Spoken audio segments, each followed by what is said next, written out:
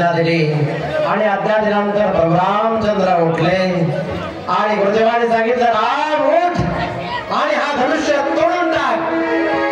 भंग करायची आज्ञा दिली, तोडून टाकण्याची आज्ञा दिलेली आहे आणि या जनकाचा संताप मिटव अशी आज्ञा दिली. प्रभू रामचंद्र उठलेली आहे आणि प्रभू रामचंद्रानं गुरुदेवांच्या चरणी वंदन केलं आणि प्रभू रामचंद्र हळूहळू निघाले, पुढे निघाले. सर्व राजे पाहू लागलेले आहेत, लक्ष्मण उठून राहिलेले आहेत. लक्ष्मणाच्या लक्षात आला की गडबड होण्याची शक्यता आहे.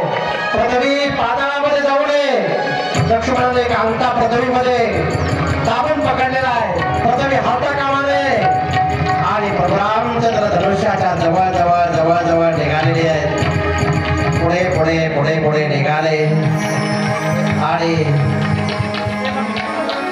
सीता